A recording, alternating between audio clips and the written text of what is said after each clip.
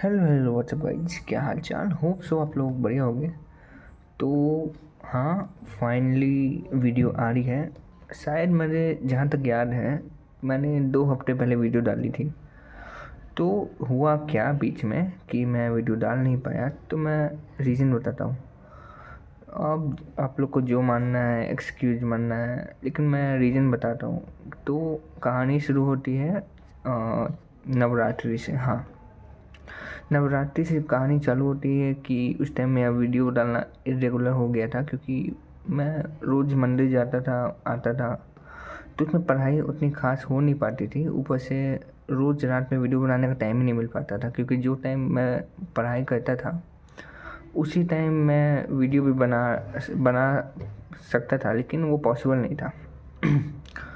तो ये रही नवरात्रि टाइम। फिर नवरात्रि गई और फिर शायद मैंने 2-3 वीडियो डाली थी बीच बाद में भी। और फिर उसके बाद आ गया दिवाली। हाँ, और फिर दिवाली दिवाली आया, और उसके बाद साथ ही साथ छठ पूजा आ गया।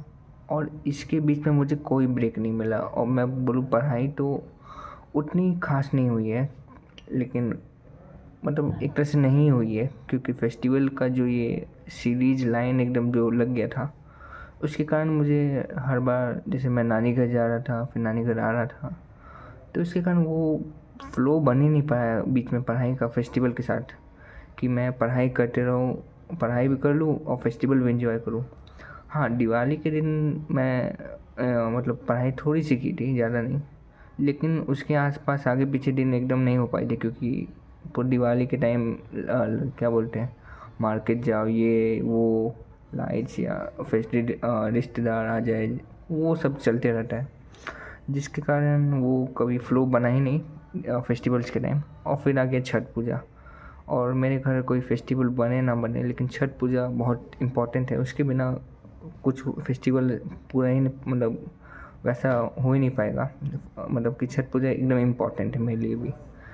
तो उसके कारण मैं नानी घर चला गया, और छठ पूजा मेरे घर हो रहा था, तो उसके कारण मुझे 1 हफ्ता पहले ही, 1 हफ्ता नहीं, 2 दिन पहले ही जाना पड़ा था वहाँ पे। और वहाँ पे मैंने सोचा था कि थोड़ी सी पढ़ाई करूँगा, लेकिन सही बताऊँ भाई, जहाँ पे 20-30 लोग हो वहाँ पढ़ाई कैसे हो पाएगी। तो हाँ, उसमें थोड़ा थोड़ा ब्रेक मिल रहा था, तो मैं कभी इंग्लिश पढ़ ले रहा हूँ, कभी सिलेबस देख रहा हूँ कि क्या क्या हो रहा है। और हाँ, यही सब चल रहा था, और उसके कारण मैं वीडियो डाल ही नहीं पाया। और मुझे अभी याद आया, अभी नहीं मतलब सुबह सुबह याद आया कि हाँ भाई, मेरा तो एक चैनल भी है। तो ये रहा कंटेंट। और बात करें, आज का डेट है 30 अक्टूबर। मतलब अब तो बहुत कम टाइम बचा है, शायद 100 दिन से भी कम का टाइम बचा हुआ है। 100 दिन भी, 90 दिन से भी और कम है भाई। मुझे खुद आइडिया नहीं है कि क्या हो रहा है, क्योंकि फेस्टिवल के बीच में इतना भयानक लूप में मैं फंस गया था कि पढ़ाई उतना फोकस हो ही नहीं पा रहा था। लेकिन हाँ, अब I am back on the track. सारे फेस्टिवल ख़त्म हो गए, अब कोई बीच में कोई फेस्टिवल नहीं है। हाँ, शादी शादी वाला सीज़न है, लेकिन उतना मैं उसमें जाऊँगा नहीं, क्योंकि वो इम्पोर्टेंट नहीं है मेरे लिए। तो ठीक है, अब आते बैक ऑन द ट्रैक। तो मैंने सोचा आज वीडियो डालूँगा, और सबसे पहले कोइंसिडेंट दिखा देता हूँ कि आज डेट शीट भी आ गई। हाँ, आज जो ऑफिशियल सीबीएसई की डेट शीट आई है वो पिछले वाली टेंटेटिव थी, मतलब वो प्रिडिक्टेड टाइप थी कि ऐसा हो सकता है। लेकिन आज ऑफिशियली वेबसाइट आ चुकी है सीबीएसई की। तो ये रहा कुछ मामला, पानी क्या है।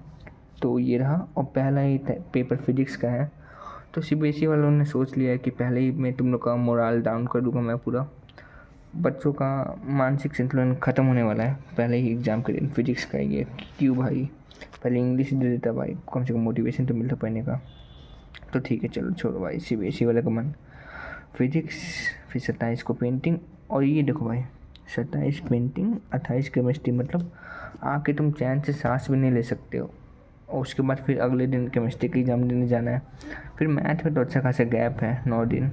और फिर इंग्लिश, तो टोटल 20 दिन में कहानी ख़त्म हो जा रही है पूरे 12 की, पूरा बोर्ड्स की।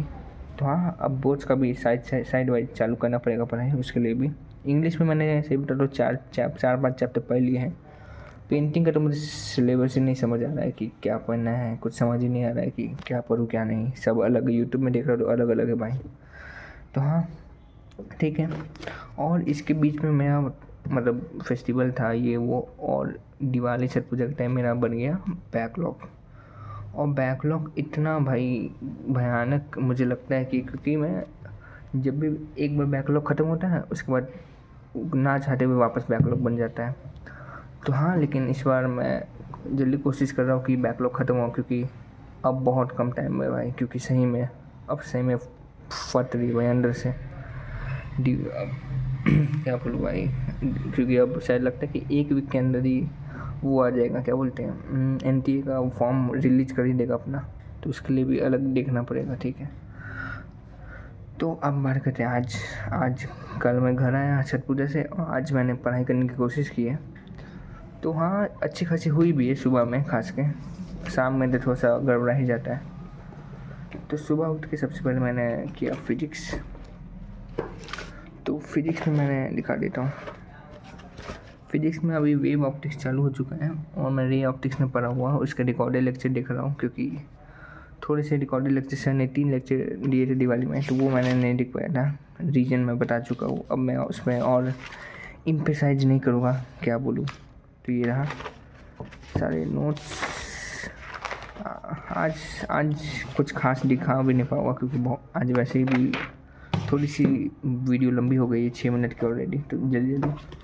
और फिर मैथ में मैंने नोट्स कंप्लीट किया, तो एरिया ऑफ इंटीग्रेशन, मतलब कि एप्लीकेशन ऑफ इंटीग्रेशन ख़त्म हो चुका है, और डिफरेंशियल इक्वेशन मैंने एक लेक्चर देख चुका था, तो उसके नोट्स कंप्लीट हो चुके हैं। तो कल से लेक्चर देखना चालू, और साथ साथ होमवर्क भी बनाना चालू करूँगा।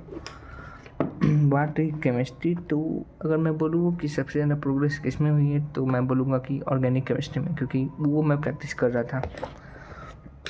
तो अभी सर ने टारगेट दिया था कि 30 तारीख तक का टारगेट दिया था, लेकिन वो कंप्लीट मैं नहीं कर पाया था। तो हाँ, तो सबसे पहले GOC दिया था, तो GOC मेरा हो गया था। मैं दिखा लेता हूँ, शायद कहाँ गया भाई।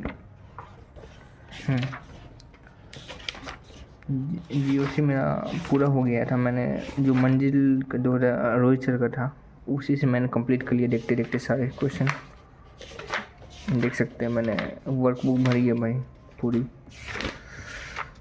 और हाँ, और ये जो खाली दिख रहे हैं, इसका मेन मैं बता देता हूँ। तो ये दिवाली के दिन मैं बैठ के कंप्लीट कर रहा था, तो ज़्यादातर तो कंप्लीट हो चुके थे, लेकिन मेरा 2 टॉपिक बच गए, क्योंकि 2 टॉपिक मुझे लास्ट में था लेक्चर के, और समझ भी कुछ नहीं आ रहा खास, तो मैं वापस देखूँगा। और वही मेन टॉपिक भाई, मेन ही टॉपिक में दिमाग काम नहीं करता, और वो है एसिड बेस मैं वापस पढ़ूँगा, क्योंकि कुछ समझ नहीं आया था, सही बताओ तो लास्ट में, तो वापस पढ़ना है। और हेरोल्किन्स का भी दिया था, तो हेरोल्किन्स भी मैंने चालू किया है। तो इसका शुरुआत वाला पार्ट तो मैंने कर लिया, SN1 SN2, फिर PYQ जिसके सारे इस टॉपिक के, और फिर मेरे प्रैक्टिस क्वेश्चन, और यहाँ से मैं अभी कर रहा था, प्रैक्टिस ही कर रहा था, देख सकती हूँ। अभी वही सवाल बना रहा था। आज थोड़ी सी आवाज़ बैठी लग सकती है, क्योंकि मौसम बहुत ख़राब है भाई, मेरा गला भी बैठ गया थोड़ा सा, लेकिन ठीक है, आज कैसे भी करके वीडियो डालनी थी, क्योंकि अब नहीं फ्लो बनेगा तो कब बनेगा, अब मेहनत लगा करनी ही पड़ेगी। ठीक है, तो ये रहा, तो यही था कुछ, आज कुछ खास पढ़ाई हुई नहीं है, और अभी थोड़ा सा टाइम लगेगा फ्लो बनाने में वापस, क्योंकि मैं ना चाहते हुए भी मैं फ्लो टूट गया था आखिरकार दिवाली छठ के कारण, जो मुझे पता था होना था। तो उसमें मैं कुछ वो ऐसा नहीं है कि भाई अरे यार वो नहीं हुआ, ऐसे वैसे नहीं, मैं एक्सेप्ट कर लिया कि मेरा फ्लो टूटा था, और मेरी गलती के कारण इतना बैकलॉग बन गया है। तो ठीक है, मैं कवर अप करने की कोशिश करूँगा। तो मैथ में लेक्चर 2 और वेक्टर अलजेब्रा का लेक्चर 3, सबसे ज़्यादा मैथ ही में बचा है, और इनऑर्गेनिक में 3 लेक्चर बचे हुए, मैंने D और F ब्लॉक मैंने चालू नहीं किया है, तो वो भी करूँगा। तो हाँ, बस यही था आज के वीडियो में। आज का वीडियो एक तरह से रिमाइंडर वीडियो था कि हाँ भाई मेरा भी चैनल कुछ है, पासवर्ड याद आ गया था। तो ठीक है, बस आज के लिए इतना ही थे, और आप लोग बता सकते हैं कि आप लोग का भी क्या हाल है, क्या सिचुएशन में आप हैं। ताकि मैं मुझे भी थोड़ा सा मोटिवेशन या अच्छा लगे कि कोई तो मेरे से अच्छे सिचुएशन में। तो बस आज के लिए इतना ही था। तो हाँ ठीक है, चलो बाय बाय।